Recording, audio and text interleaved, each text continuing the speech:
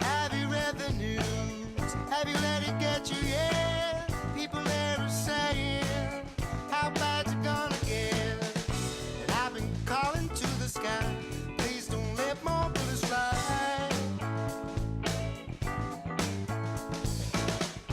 Have you heard the talk of the cities and the towns? There's a fear from the inside and the toil all around. And I've been hoping for my help, find the cure to come and sail. In these times of struggle. Hello and welcome. Glad to have you with us on this beautiful fall day. Are you ready for some critical thinking? Are you prepared to look at things in possibly new and different ways? Stick around and help us bust some propaganda bubbles. I am your host, Brad Hartley, and this is Critical Mass TV. It's Sunday, October 12th, 2014. And I am personally ready for some mixed mental arts to strengthen my intellectual self-defense. I hope you are too. The opinions I give today are mine and mine alone, and not necessarily those of Vermont Community Access Media, although obviously they should be. And of course, thank you to everyone who helps make this show possible. When a person looks at the top of the ivory towers, then connects the dots between these structures worldwide, they are glimpsing a rough map of true power. This is the network of the men that own and run the world. This reality has two facets: the wealth enhancement side, including economies, corporations, and financial sectors, and the machinations of markets. On the other, arguably more important side, for the system that is, lies the domination and control system. This includes everything from co-opted university programs, profit-driven media, farcical political systems, and parties to gargantuan industrial-scale killing machines known as the world's militaries and intelligence services. Most of the plague of mass slaughter results from protecting the rich, their wealth, and the systems that protect them from the consequences of their lust and greed. Thought and behavior control remains effective enough, evidenced by the top-down nature of the institutions around us. But obviously, with greed as the world's religion, blowback is inevitable. Into this framework emerges ISIS, which, as we shall see, was there right along. Part reaction to imperialist pressure, part campaign for its own place in the web of domination and control, but wholly a brutal case study of the thought control mechanism in action. Humor me while I relate a few points of interest from a Brad brainstorm. Then we'll watch Amy Goodman interview journalist Jeremy Scahill on Democracy Now! As you listen, think about the power of propaganda as a buttress against change on one hand, and the exposing of misinformation as an agent of change on the other. This current conflict in Iraq and Syria is the 14th U.S. invasion, intervention, or occupation of the Mideast since Jimmy Carter's presidency of 1980. Crude violence being the only acceptable tool in the crude oil toolbox. As a counterpoint to this, there have been zero meaningful summits, assemblies, or conferences involving citizens of the region and the U.S., allowing real people to air grievances and discuss root causes of anger and mistrust. the most elementary steps towards conflict resolution haven't even been floated as a possibility, let alone tried. The for-profit media are perpetually bewildered at what they call the instability and volatility of the region. Let's step behind this propaganda waterfall for just a moment and see what we find. Within days of landing in Iraq, Paul Bremer, who was Bush's proxy governor, fired the entire Iraqi military. So just under 250,000 Iraqi military personnel were fired from the first day of Bremer's arrival. Coincidentally, the current ISIS command and control is primarily Saddam Hussein's Ba'ath Party military and intelligence networks back at work. Those, of course, that avoided execution. This is a continuation of the ongoing conflict with the U.S., not something new. ISIS light and heavy weapons being used in Iraq are almost entirely all of American manufacture. ISIS is being supported by oil-rich Sunni powerhouses like Saudi Arabia and Qatar, and I mean primarily private citizens, super rich private citizens in those countries. There are no moderate forces in Syria, only those that will accept Western money and influence. The $500 million training contract for the non-existing moderate rebels will be paid to U.S. contractors and take place in Saudi Arabia, an ultra-right-wing, undemocratic state whose aspirations are almost indistinguishable from those of ISIS itself. In August alone, Saudi Arabia beheaded 19 of its citizens. Of course, under Sharia law, beheading is just a part of their judicial system. It's really shocking and brutal to us, and it truly is. But in certain parts of the world, it is part of the judicial and, I guess, punishment system. So now just a couple thoughts on good Kurds and bad Kurds. The Kurdish region of northern Iraq was quickly defended several weeks ago by U.S. airstrikes directed by U.S. service people as spotters on the ground. U.S. and other Western oil company offices and property were threatened by ISIS advances, and the Peshmerga of the Kurdish Democratic Party were celebrated in corporate media as Erbil and Mosul were saved along with the oil contracts and the executives. The Syrian and Turkish Kurds, by contrast, are being left to swing as ISIS decimates Kobani and the surrounding villages. These supporters of the Kurdistan Workers' Party, who have been struggling for decades for the right to exist against the secular Turkish regime, have no oil reserves. Could this be their greatest weakness? Does anyone even remember that the Turks have destroyed 9,000, give or take, villages and towns, Kurdish villages and towns, in an effort to crush their struggle for self-determination? Is this the only group allowed to work toward a greater Kurdistan? The ones who happen, by accident of geography, to sit on vast reserves of crude oil? Violence is moral and intellectual weakness. How many centuries must pass before people are strong enough to force their blood-crazed leaders to act as human beings and behave like we are required to? Resolve conflicts with honest discussion and mediation. Obviously, we first need to come to grips with greed. Does "thou shalt not kill" ring a bell with anyone?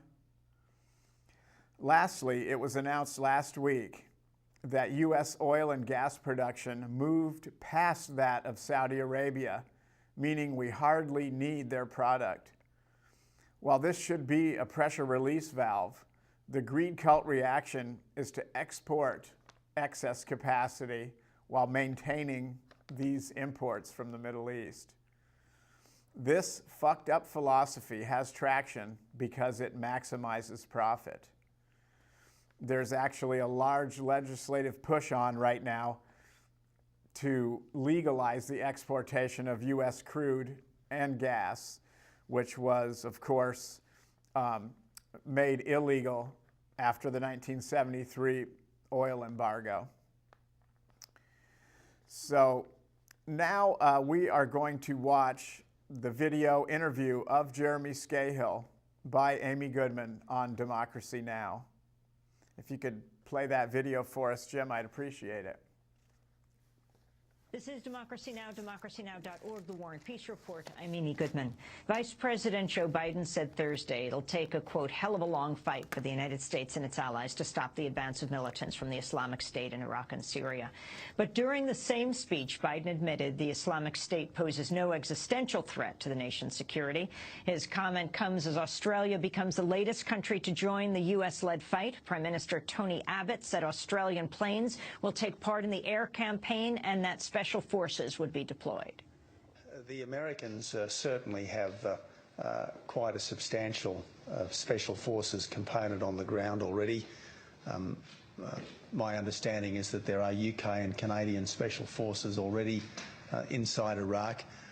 So we'll be operating on a much smaller scale, but in an entirely comparable way to the United States Special Forces. Meanwhile, Turkey's parliament has authorized the government to order military action against the Islamic State. The mandate also allows foreign troops to launch operations from Turkey. According to the Syrian Observatory for Human Rights, ISIS militants have seized more than 350 North Syrian villages in the past 16 days, displacing at least 300,000 people. To talk more about the crisis in the Middle East, we're joined by Jeremy Scahill, who first reported from inside Iraq before the 2003 U.S. invasion. He's co-founder of TheIntercept.org and author of the book Dirty Wars, The World is a Battlefield. The paperback version of the book has just been published. Welcome back to Democracy Now!, Jeremy, and congratulations on the book being published as a paperback. Talk about the war in Syria and Iraq now. Well, you know, first of all, it's sort of like the terrorist flavor of the month that we're dealing with here. You know, first we had Al-Qaeda is this huge global threat. Then it was ISIS. And then the Khorasan group, you know, was produced. And the thing is, almost no one in Syria had ever heard of the Khorasan group. In fact, my understanding is that it was a term that was sort of used in the U.S. intelligence community and actually isn't the name of the people that they claim to be attacking. And what the entire policy boils down to is that the Obama administration has, in a very Orwellian way, changed the definition of commonly understood terms, primarily the term imminent. They are saying that the Khorasan group represented an imminent threat to the United States. But we know from a leaked white paper that was put out in advance of John Brennan's confirmation to be the CIA director, that the Justice Department actually has officially changed the definition of the word imminent so that it does not need to involve an immediate threat against the United States, that it could be a perception that maybe one day these individuals could possibly attempt to plot, not even carry out, a terrorist attack against the United States. That flimsy justification has been used now to expand this war from Iraq to Syria, potentially beyond. You know, the Obama administration, in engaging in this policy, is continuing a Bush administration outcome of the decision to invade Iraq, and that is they're empowering the very threat that they claim to be fighting. Who is ISIS? What is this group made up of? Is it just people that are radical Islamists that want to behead American journalists? No. One of the top, and this almost is never mentioned in corporate media coverage of this, one of the top military commanders of ISIS is a man named Izzat Ibrahim al-Duri al-Takriti. Who is Izzat Ibrahim? Izzat Ibrahim is the leading Ba'athist who was on the deck of cards that the United States has not captured. He was one of Saddam Hussein's top military commanders. He was not just some ragamuffin Ba'athist. He actually was a hardcore general in the Iraqi military during the Iran-Iraq war, and he was a secular Ba'athist. Why is he fighting with ISIS? Well, when Bush decided to invade Iraq, and then he put Paul Bremer, who was a radical neocon ideologue who had cut his teeth working for Henry Kissinger. When Paul Bremer was put in charge of the occupation of Iraq, one of the first things he did was to fire 250,000 Iraqi soldiers simply because they were members of the Ba'ath Party. As one senior U.S. official at the time said, it was the day we made 250,000 enemies in Iraq. All of these Ba'athists have been jerked around by the United States, and the Sunnis in western Iraq jerked around by the United States for a very long time. There was the period of the so-called surge where the U.S. actually paid Sunnis not to kill the United States, U.S. soldiers, but then the U.S. turned around and put in power a Shiite-led government under Nouri al-Maliki that effectively operated a network of death squads that systematically attacked Sunnis. So the point I'm making here is, yes, there's an element of ISIS, I don't know how dominant it is within the group, that is trying to establish the caliphate. And they are beheading people, and they are imposing a very strict interpretation of Sharia law.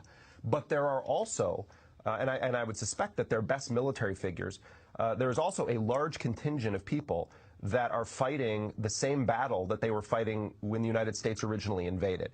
The fact is there was no al-Qaeda presence in Iraq before George W. Bush made the decision to invade it, except in the Kurdish region in the north of Iraq, which was not under Saddam Hussein's control. In fact, it was under the control of U.S.-backed entities, and that was Ansar al-Islam. Saddam Hussein's forces were fighting that group. So what am I saying here? What I'm saying is that the United States, through its policies, created the very threat that it claims to be fighting now. And in continuing this policy, what President Obama is doing is embracing the very lies that made the Cheney-Bush-Iraq war possible. And in the process, he's creating yet another generation of people in the Islamic world who are going to grow up in a society where they believe that their religion is being targeted, where they believe that the United States is a gratuitous enemy. And so this is sort of an epic formula for blowback. According to Yahoo News, the Obama administration's acknowledged a policy announced last year calling for near certainty for no civilian casualties in drone strikes will not apply to the current bombing.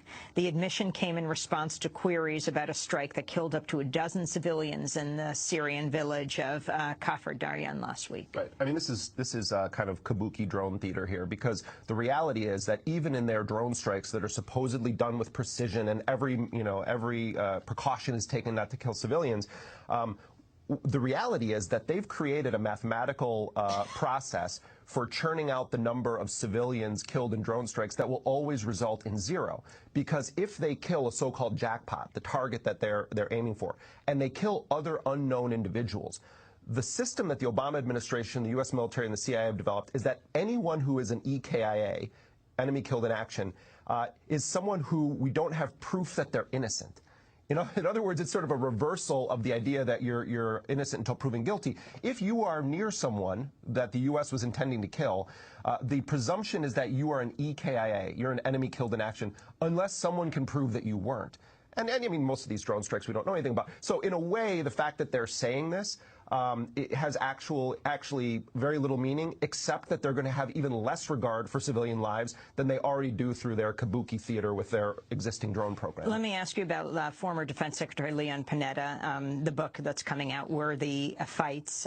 He writes, in the fall of 2011, it was clear to me and many others that withdrawing all our forces would endanger the fragile stability then barely holding Iraq together. To this day, I believe a small U.S. troop presence in Iraq could have effectively advised the Iraqi military on how to deal with al-Qaeda's resurgence and the sectarian violence that's engulfed the country. I mean, this is a clown show with these guys. I mean, the fact is that Leon Panetta was the director of the Central Intelligence Agency and had enormous influence at that point. The fact that the Obama administration adopted what was effectively the U.S. policy in Iraq when Bush left office says a tremendous amount about how little the Obama administration understood the disaster in Iraq. Had the United States kept in this sort of strike force, which would have been CIA paramilitaries, special operations forces, it would have exacerbated the problem. The problem here isn't whether or not the U.S. forces would have been there to stabilize Iraq. The issue is how much worse are we going to make Iraq with these policies? And I think it's almost impossible to imagine that this could have been handled in a worse way. Having more troops there, I mean, that's all of these guys, when they write their memoirs, have this brilliant 2020 vision looking backwards, that they were the one that knew, they would have done this differently. The U.S. basically since 9/11, and you could make an argument that this has been U.S. policy for many, many decades. U.S. policy has been its own worst enemy in one sense. We've created the very threats we claim to be fighting.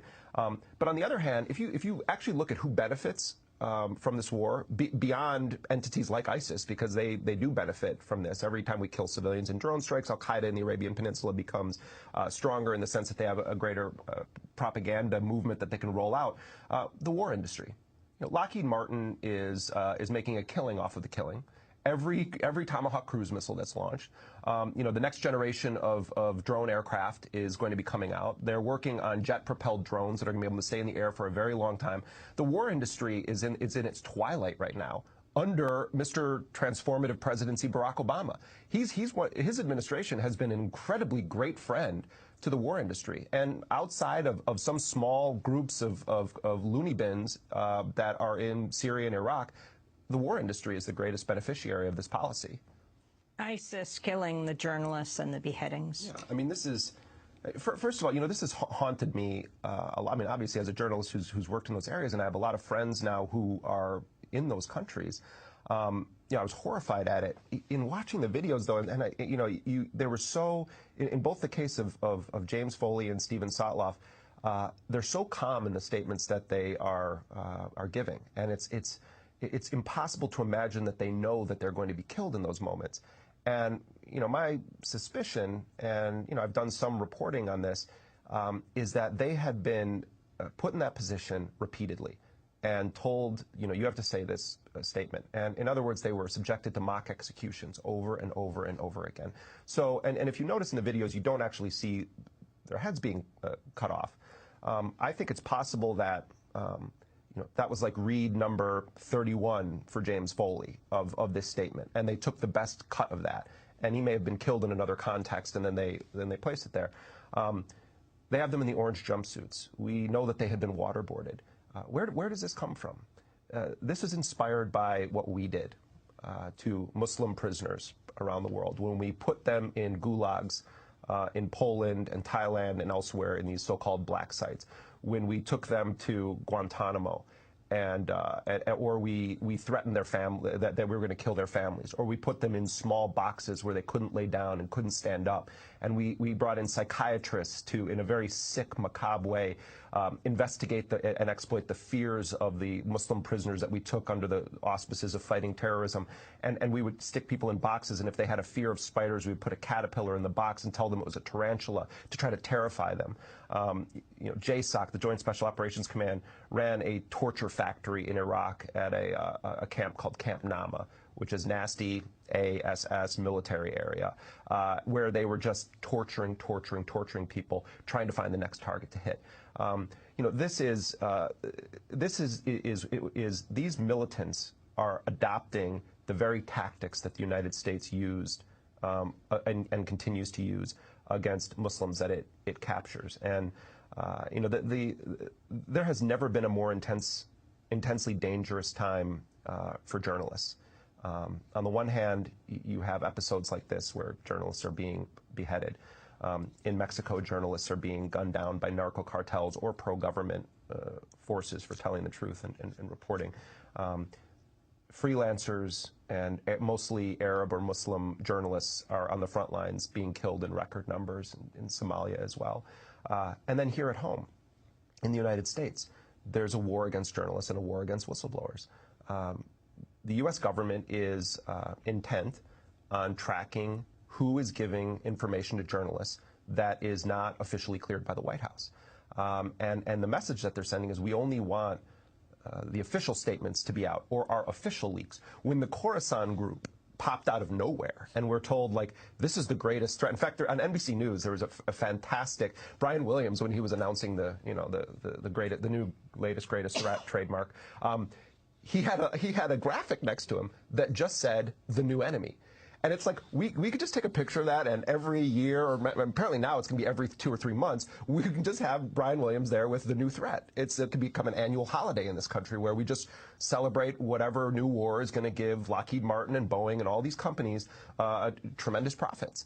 The age that we're living in now, where there's this war on journalists abroad by every possible force, and then this war at home where journalists are being surveilled, their sources are being threatened with prosecution under the Espionage Act. The Obama administration is in league with some of the most ruthless violators of human rights in the world in a campaign against the press. President Obama, the current president, possible presidential contenders, for example, are Hillary Clinton. You wrote Dirty Wars while she was Secretary of State. What about her position on this? I mean, Hillary Clinton is, I actually think, is more hawkish than Barack Obama. And Barack Obama has emerged as a pretty significant hawk in terms of his policies. He can talk all he wants about, how he wants to change and reset relationships around the world. This has been a total militarized presidency. Hillary Clinton, when she was Secretary of State, acted as though she was also sort of Secretary of Defense, and her State Department was deeply involved with plotting covert action around the world, using the State Department as cover for CIA operations. And the Clintons Bill and Hillary Clinton are two of the most fierce projectors of the politics of the American empire, and they also have very close relationships with some of the most nefarious characters from the Bush family. So those two families together, the Bushes and the Clintons, it's almost like a monarchy in this country. I mean, Jeb Bush very well may run. I mean, it's unclear what, George W. Bush said the other day that he's putting pressure on his brother to try to run for president. But, Hillary Clinton is a fierce neoliberal who believes in backing up the so-called hidden hand of the free market with merciless, iron-fisted military policies. Let me ask you very quickly about Blackwater and the trial that's been going on. Jurors have been deliberating in the murder and manslaughter trial of the 4 former Blackwater operatives allegedly involved in the 2007 massacre at Baghdad's Nisour Square. The suspects are charged with the deaths of 14 of the 17 Iraqi civilians who died when their Blackwater unit indiscriminately opened fire. Right. I mean, this was the worst massacre of Iraqi civilians at the hands of mercenaries, private contractors that we know of in Iraq. And I don't know how the verdict is going to turn out, but what I do know is that the person who should be on trial is Eric Prince, who was the founder and ran Blackwater when it was essentially Murder Incorporated in Iraq, where there was an environment at that company where they were encouraged to view every Iraqi as the enemy, and they committed many massacres beyond what we know at Nisour Square. This is a microcosm of what happens all the time. It's always the people down the chain that face the consequences. I believe that these men should be prosecuted, should be convicted for what they did, and they should be in prison. But the leadership of Blackwater should also be there. And until we as a society stop cutting off who's held accountable at the lowest ranks, nothing is ever going to fundamentally change. Jeremy Scahill, thanks so much for being with us. His new book, Dirty Wars, The World is a Battlefield, well, the New York Times bestseller, is now out in paperback. And that does it for the show. Okay. Very, very interesting. A bit of information there, quite a bit of information from Jeremy. A couple of things occurred to me while I was watching that video. Not that he mentioned it, but there are, I believe, between 1 trillion and 1.5 trillion barrels of proven oil reserves, light sweet crude in Iraq, between Iraq and Syria. Some of the highest quality crude oil in the world. If you multiply that by the profit margins per barrel, I would say you definitely are talking a lot of money, which would provide a lot of incentive. And as Jeremy pointed out, the war industry makes billions off of taxpayer dollars with this policy of perpetual, never-ending war, never-ending series of threats. You really have to just, use your imagination to see what the incentive might possibly be there, for these huge multi-billion-dollar corporations to rely on our taxpayer dollars as their major revenue stream. They have to keep making weapon systems, and you have to use the weapons to keep the money coming in. Sounds a little insane and cruel, but that's the reality. The third thing I thought of was, wouldn't de-escalation benefit you and I quite a bit more than ramping up all these conflicts? We would be safer by huge amounts, and we would also save, literally, again, billions of tax dollars, if not trillions over however much time. Maybe we could possibly spend it on making the world a better place. We could improve our infrastructure and our education systems. I mean, the choices are endless. This is an article entitled "ISIS in Washington, the United States Soundtrack of Hysteria." It was written by Tom Engelhardt and published on 7 October 2014, tomdispatch.com. It happened so fast at first, I didn't even take it in. 2 Saturdays ago, a friend and I were heading into the Phillips Museum in Washington, D.C. to catch a show of neo-impressionist art when we ran into someone he knew heading out. I was introduced and the usual chit-chat ensued. At some point, she asked me, "Do you live here?" "No," I replied, "I'm from New York." She smiled, responded that it too was a fine place to live, and then hesitated just a beat before adding in a quiet, friendly voice, "Given ISIS, maybe neither city is such a great place to be right now." Goodbyes were promptly said, and we entered the museum. All of this passed so quickly that I didn't begin rolling her comment around in my head until we were looking at the sublime puntillist paintings of George Seurat and his associates. Only then did I think, ISIS, a danger in New York, ISIS, a danger in Washington, and I had the urge to bolt down the stairs, catch up to her, and say, whatever you do, don't step off that curb. That's where the danger lies in American life. ISIS, not so much. I have no idea what provoked her comment. Maybe she was thinking about a story that had broken just 2 days earlier, topping the primetime TV news and hitting the front pages of the newspapers. On a visit to the Big Apple, the new Iraqi Prime Minister, Haider al-Abadi, claimed that his intelligence services had uncovered a plot by militants of the Islamic State, the extremists of the new caliphate, that had gobbled up part of his country against the subway systems of Paris, New York, and possibly other U.S. cities. And surveillance teams. Within a day, the leading officials of my state, Governor Andrew Cuomo and New York City Mayor Bill de Blasio, were denying that they had any information on such a plot, but also taking very public rides on the city's subways to reassure us all. The threat didn't exist, but was also well in hand. I have to admit that, to me, it all seemed almost comic. In the meantime, the background noise of the last 13 years played on. Inside the American Terror Dome, the chorus of hysteria purveyors, Republican and Democrat alike, nattered on, as had been true for weeks, about the direct, not to say apocalyptic, threat of the Islamic State and its caliph posed to the American way of life. These included Senator Lindsey Graham. This president needs to rise to the occasion before we all get killed here at home. Majority Leader John Boehner, who insisted that we should consider putting American boots on Iraqi and perhaps even Syrian ground soon, since they intend to kill us all. Senator Dianne Feinstein, who swore that the threat ISIS poses cannot be overstated. Senator Bill Nelson, that it ought to be pretty clear when they say they're going to fly the black flag of ISIS over the White House that ISIS is a clear and present danger. And a chorus of officials, named and anonymous, warning that the terror danger to the country was imminent, while a usual set of pundits chirped away about the potential destruction of our way of life. The media, of course, continued to report it all with a kind of eyeball-gluing glee.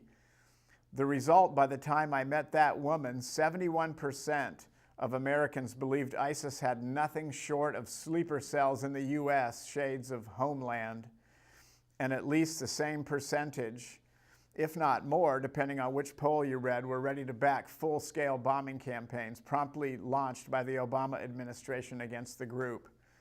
If, however, you took a step out of the overwrought American universe of terror threats for 30 seconds, it couldn't have been clearer that everyone in the grim netherworld of the Middle East now seemed to have our number. The beheading videos of the Islamic State had clearly been meant to cause hysteria on the cheap in this country, and they worked. Those first two videos somehow committed us to a war now predicted to last for years and a never-ending bombing campaign that we know perfectly well will establish the global credentials of the Islamic State and its mad caliph in jihadist circles. In fact, the evidence is already in. From North Africa to Pakistan to Afghanistan, the group is suddenly a brand name. Its black flag, something to hoist, and its style of beheading, something to be imitated. Now, the Shia opponent of those jihadists had taken the hint and, not surprisingly, the very same path.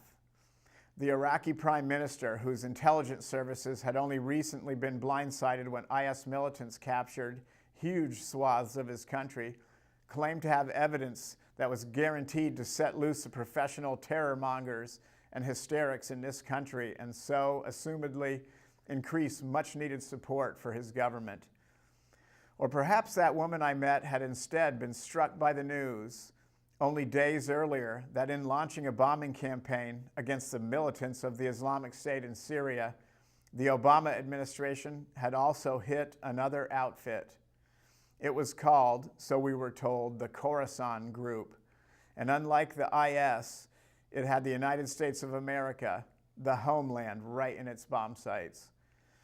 As became clear after the initial wave of hysteria swiftly passed, no one in our world or theirs had previously heard of such a group, which may have been a set of individuals in a larger al-Qaeda-linked Syrian rebel outfit called the al-Nusra Front, who had no such name for themselves.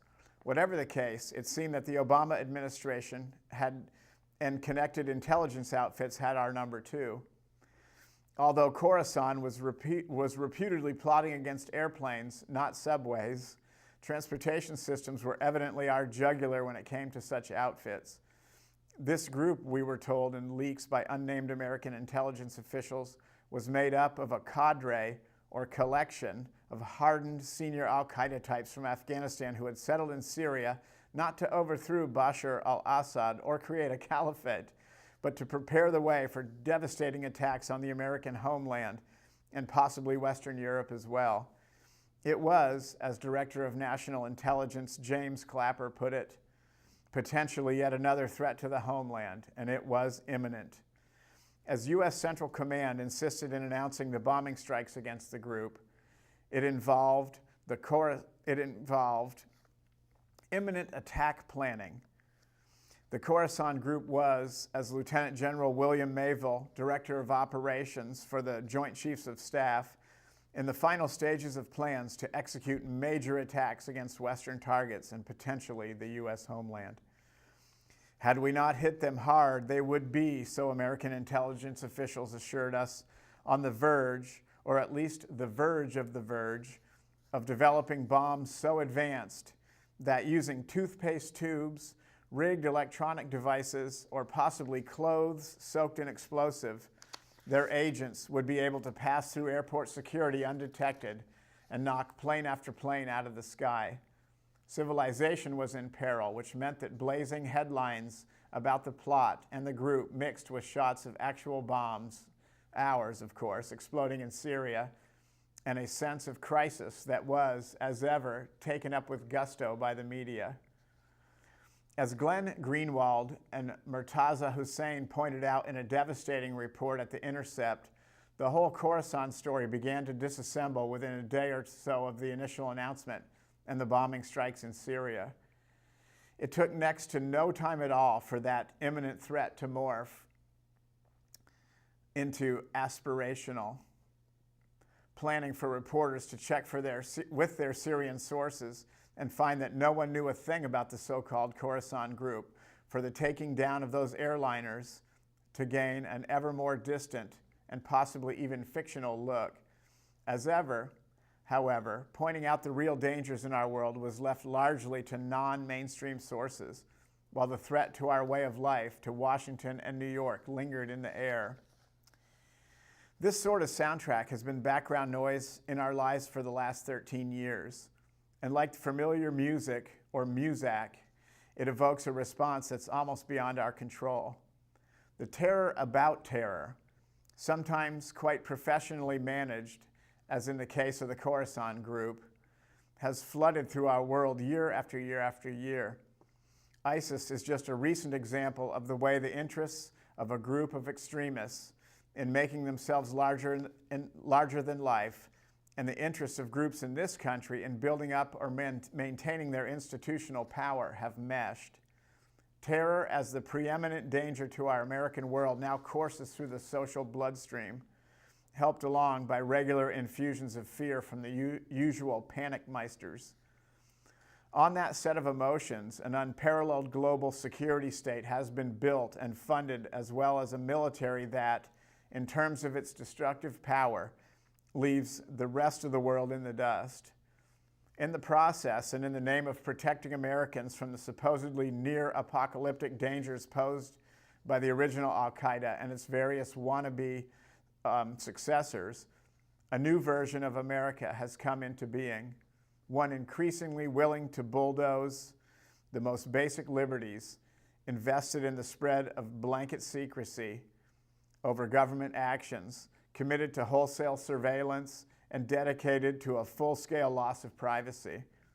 You can repeat until you're blue in the face that the dangers of scattered terror outfits are vanishingly small in the homeland when compared to almost any other danger in American life. It won't matter, not once the terror mongers go to work. So, in a sense, that woman was right. For all intents and purposes, without ever leaving Iraq and Syria, ISIS is in Washington and New York and Topeka and El Paso, or as local fearmongers in Texas suggest, ready to cross the Rio Grande at any moment, and Salt Lake City and Sacramento. ISIS has by now wormed its way inside our heads. So perhaps she was right as well to suggest that Washington and New York, not to speak of wherever you happen to live, are not great places to be right now. Let's be honest. Post 9/11, when it comes to our own safety, and so where our tax dollars go, we've become as mad as loons. Worse yet, the panic, fear, and hysteria over the dangers of terrorism may be the only thing left that ties us as a citizenry to a world in which so many acts of a destructive nature are being carried out in our name. The history of the demobilization of the American people as a true force in their own country's actions abroad could be said to have begun in 1973, when a draft army was officially put into the history books. In the years before that, in Vietnam and at home, the evidence of how such an army could vote with its feet and through its activism had been too much for the top brass, and so the citizen army, that creation of the French Revolution, was ended with the stroke of a presidential pen. The next time around, the ranks were to be filled with volunteers, thanks in part to millions of dollars sunk into Mad Men-style advertising. In the meantime, those in charge wanted to make sure that the citizenry was thoroughly demobilized and sent home. In the wake of 9/11, this desire was expressed particularly vividly when President George W. Bush urged Americans to show their patriotism and restore the fortunes of the airlines by visiting Disney World, vacationing, and going about their business, while his administration took care of Al-Qaeda and, of course, invaded Afghanistan and Iraq. In the ensuing years, propaganda for and an insistence that we support, thank, and adulate our warriors in ways that would have been inconceivable with a citizens' army became the order of the day. At the same time, that force morphed into an ever more professional, expeditionary, and foreign, as in Foreign Legion style, outfit. When it came to the U.S. military, adulation was the only relationship that all but a tiny percentage of Americans were to be allowed. For those in the ever-expanding U.S. military, industrial, homeland security, intelligence, corporate complex, terror was the gift that just kept giving. The excuse for any institution-building action and career enhancement, no matter how it might contravene previous American traditions. In this context, perhaps we should think of the puffing up of an ugly but limited reality into an all-encompassing, eternally imminent threat to our way of life as the final chapter in the demobilization of the American people. Terrorphobia, after all, leaves you feeling helpless and in need of protection. The only reasonable response to its support for whatever actions your government takes to keep you safe. So we are going to now just switch gears a little bit, and we are going to watch a second video, and it is entitled How Edward Bernays Hacked Democracy. This was produced by Truthloader, and it will just explain a little bit more about the actual mechanisms that the media and the state use to influence our opinions and to actually manufacture our consent. So, Jim, if you could play that second video for me, I would appreciate it.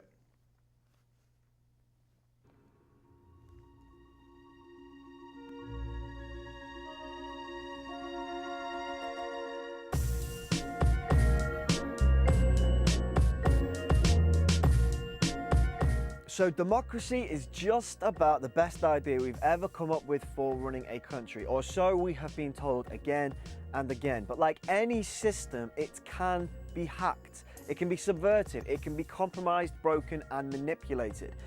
So if you examine democracy as a piece of software, it's simple enough to spot the vulnerability. And one hack for democracy has been available, some argue, since World War I, and it has been proven to be incredibly effective. The hack is called the manufacture of consent, and as best I can, I'll attempt to demonstrate how it works and how you might be playing an active part in the hack and not even know about it. But first, we have to look at how democracy is supposed to work. Democracy means decisions are made through votes, through participation. Should we do this or should we not do this? But decisions can only be made with the best information available to the public. So if it was possible to control what information the public saw, perhaps you can control what the public think. And to do this, you use propaganda.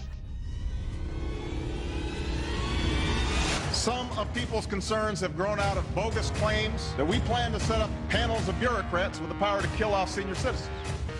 It is a lie, plain and simple. Plain and simple. Nothing has drawn as much controversy as the so-called death panel. There are no so-called death panels. There is no death panel. Death panel's the lie of the year. I heard that death panel argument from Sarah Palin. Such a charge would be laughable. Just another example of President Obama lying. Who weren't so cynical and irresponsible. Deceiving the people. Deception, does that include the death panels, which were never real? It's really quite simple. Propaganda is to a democracy what violence is to a dictatorship. In a dictatorship, it doesn't matter so much what people think because you can control the population by force. But in a democracy, you can't really get away with controlling people by force, so you have to control what people think. And this is the manufacture of consent. It's the ability of powerful people to influence not only what you do, but what you think. So how does it work? Well, we'll start with this guy. His name is Sigmund Freud, and he's a very controversial figure. But some of his psychoanalytical theories really do stand up. And one was the subconscious mind, a part of the mind that doesn't vocalize its thoughts, and you're generally not even aware that it's there. Another thing that really stuck around was the idea that humans are irrational in what motivates them, and they're often not even aware of what drives them to act because of their subconscious mind. So then there is this guy, Edward Bernays, and he was the nephew of Sigmund Freud, and he used all of Freud's ideas to manipulate the masses into doing things they wouldn't have ordinarily done. One day, Mr. George Hill, president of the American Tobacco Company, called me in and said, we're losing half of our market. And I said, why, Mr. Hill? He said, there's a taboo by men that does not permit women to smoke. So I called up Dr. Brill, who was one of the great disciples of my uncle Sigmund Freud, and asked him what cigarettes meant to women, and he answered very quickly, cigarettes are torches of freedom to women. They want to smoke to dramatize man's taboo against women by not permitting them to smoke, and that's why they want to smoke. So I called up a debutante friend of mine, asked her to get another friend and two young men whom they liked, and to walk from 34th Street to 57th and back and forth, lighting torches of freedom to protest man's inhumanity to women by a taboo against smoking. Next morning, there wasn't a newspaper in the United States, even the New York Times had a front page story, debutantes light torches of freedom to protest man's inhumanity to women by a taboo against smoking.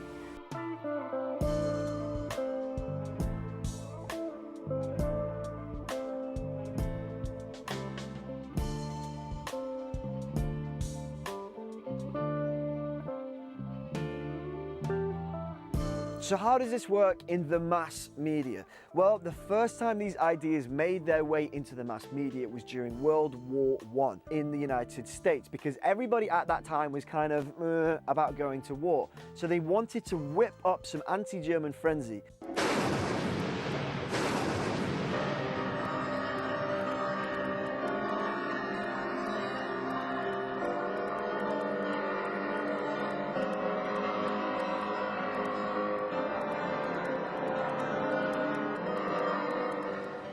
And it was incredibly successful, and an anti-German hysteria was fostered in American intellectuals at that time.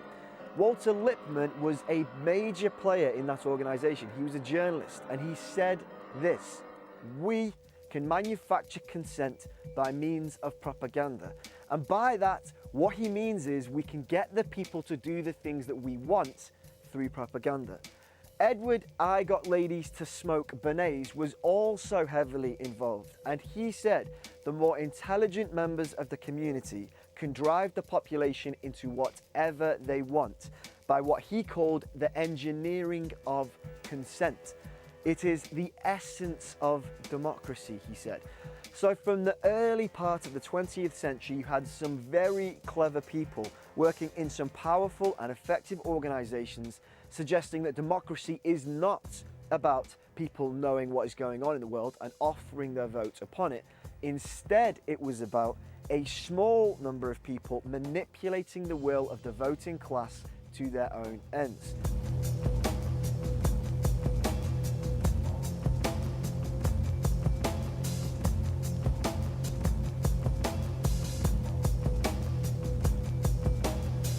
Edward Bernays would later, in 1954, turn a total lie into reality for political gain. So in 1954, a company called the United Fruit Company had got a little concerned about the Guatemalan president. They were concerned that this president's policies of giving land to the people was going to make their business practice particularly difficult. Less than 3% of the landowners held more than 70% of the land. So Arbenz nationalized more than 1.5 million acres, including land owned by his own family, and turned it over to peasants.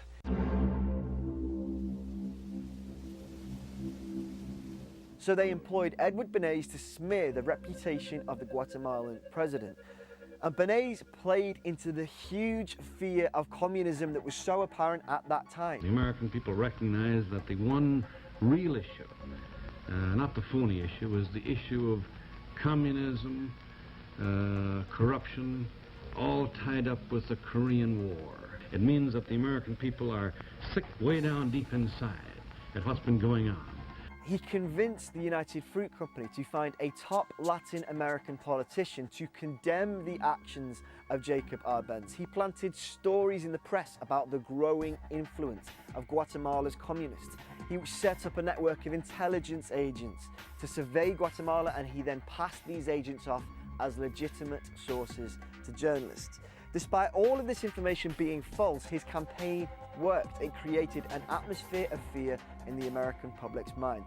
And people feared, for no good reason, the Guatemalan government, which compelled a United States-led intervention.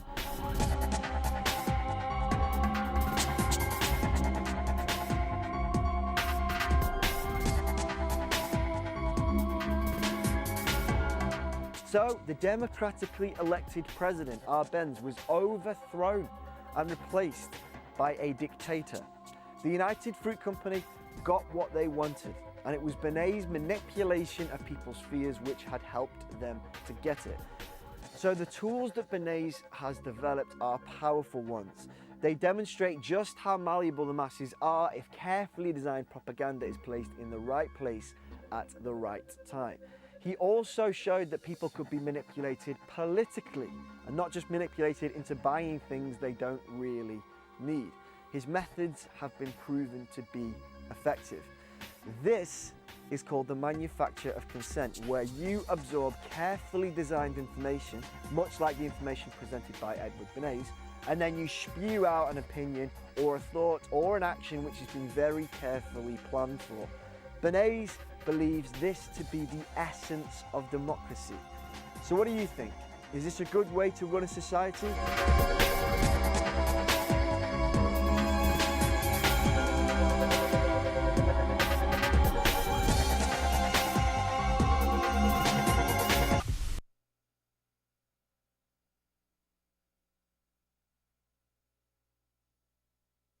So some very, very good insights there in that short video by Truthloader.